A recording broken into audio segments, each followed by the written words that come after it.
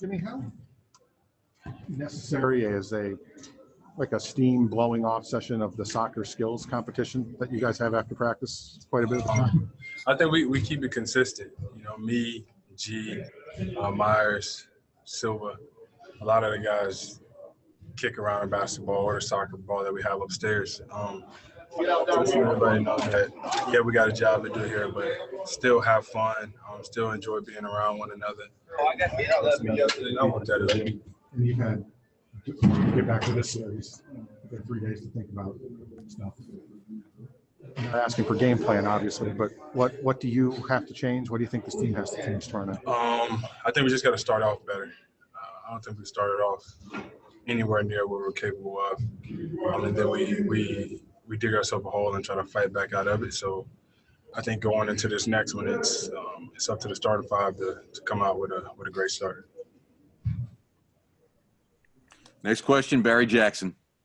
Jimmy, wanted to preface this with 2 things. One, obviously, your approaches work. The team is 10-2 in the playoffs. You're playing well. And I know also you pay no attention to what others say. That said, I wanted to ask you, guys like Tim Legler, who say you need to be more aggressive looking for your shot early in games, do you think there's any merit to that, or do you think you are approaching this exactly the way this team needs it? It's like I always say, as long as we win, there's no problem with anything. So I just got to make sure, however we're playing as a group, we just got to pull our dubs in the end. No matter how many shots I take, no matter how many points I score, our job is to win as a whole, as a group. So I don't know what that will take, but we as a unit have to make sure that we win these games. All right, next question, Rebecca Harlow. Jimmy, just following up on the start, is that, in your mind, getting off to a better start, is that more of a mindset thing, or is that more of an X's and O's thing? A little bit of both, to tell you the truth. We got to know where everybody is going to go on the floor for us. When you play a team as many times as you play somebody in the 7 inches, you know what they're going to run. So majority of the time, you know what set that they're going to be in. We just have to be in the right spot. Got to make sure that we get back on defense, don't turn the ball over, stuff like that. So as much as it's X's and O's, it's on us as well. Next question, Steve Ashburner. Hi, Jimmy. In the playoffs, we typically see opposing teams. The players will be very respectful in between games and after games, and, that's all great. But during the competition, it can get heated and even physical. I'm curious, what level of heated competition goes on, do you think, between the coaches? Have you seen, whether it's the coach, Eric Spoelstra, you're with now, or coaches in your past, is there anger ever directed towards the other coach, either in the locker room or during a game? I know they all respect each other, but I'm just wondering how hot it gets. I guess you could say there's some dislike in between coaches and players. But obviously what happens in the locker room, try to keep that there. But it's just competition. Nobody wants to lose. The coaches don't want to lose. The strength and conditioning coaches don't want to lose. And that's the way that you like it. There's no friends in between those lines. Say that for after the game. But everybody just want to win. Everybody cares. So I'm not going to say that there's going to be too many friendships whenever it comes to going to battle in these games.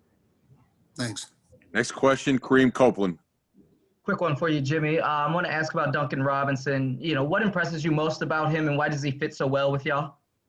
He keeps coming back to work, no matter if he has a off game, a really great game, a mediocre one. He's always in here trying to get better, trying to learn, and trying to make sure that we can win the next one. I think that's what you respect about him. He's thirsty for knowledge, and he just wants to help us win a championship. And when you have a guy like that in your corner, all you can do is continue to praise him, continue to love him, and continue to be grateful that he's on your team. Quick and easy. Thank you. Next question, David Ramil. Hey, Jimmy, I think going into the series, the bench for you guys has been one of the greatest strengths, I think, moving forward. A lot of people saw that as being a definite advantage over Boston, just as it has all season. Hasn't quite paid off that way. Have you seen anything that Boston's bench or rotations has done to limit the impact of some of the guys like Kelly Olynyk and others?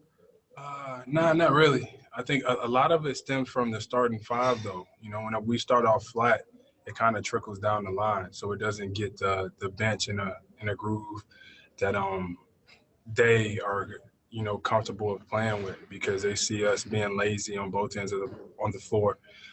That they kind of follow our suit. So it's not on them. That's on us as a starting five to play better as a whole and start this game off the way that we can and the way that we're supposed to so they can come in and hoop. Next question, Christos DeSaltis. Hello, Jimmy. Two questions. First of all, under the circumstances, do you believe that the game 4 is the most important game for the whole series? And also, you allow in game 3 117 points. The intensity in the defensive end will gonna be the key factor for your game tomorrow. Yeah, it's always going to be defense for us. I think we have to lock in on that part, limit our turnovers, get back, rebounding basketball, all of those things. Every game's important, though. You're not just going to put it at one game, but this is the most important one thus far because this is our next one. So we get this one, and then we take it from there. But we're not going to look back. We're not going to look forward. We're going to lock in on today, and whenever this is done, we're going to lock in for our game tomorrow. Thank you. Next question, Tab Deportes. Hi, Jimmy from Puerto Rico. You have played in the playoff before, but not in the bubble, obviously. So what is the difference in playing a playoff, also a conference finals in the bubble?